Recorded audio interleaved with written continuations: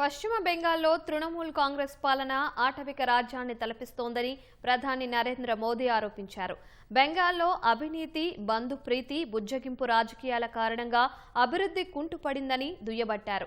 తహేర్పూర్లో BJP ఏర్పాటు చేసిన సభకు వచ్చిన కార్యకర్తలతో ప్రధాని మోదీ ఫోన్లో మాట్లాడారు.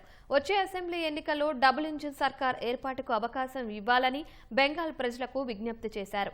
తృణమూల్ కాంగ్రెస్ తనను, బీజేపీని ఎంత కావాలంటే అంతగా వ్యతిరేకించవచ్చని ప్రధాని అన్నారు. కానీ ప్రజలను పీడిస్తూ బెంగాల్ అభివృద్ధిని అడ్డుకోవడం తగదని హితవు పలికారు. తృణమూల్ కాంగ్రెస్ ఆటవిక పాలనను బీజేపీ అంతం చేస్తోందని మోదీ చెప్పారు. చొరబాటుదారులను గుర్తుపట్టకుండా ఉండేందుకు ఓటర్ల జాబితా ప్రత్యేక సమగ్ర సవరణ సర్వే ఎస్ఐఆర్ ప్రక్రియను తృణమూల్ వ్యతిరేకిస్తోందని ఆరోపించారు. టీఎంసీ తప్పుడు పాలన నుంచి స్వేచ్ఛ పొందాలని క్షేత్రస్థాయిలో ప్రజలు కోరుకుంటున్నారని ప్రధాని మోదీ అన్నారు.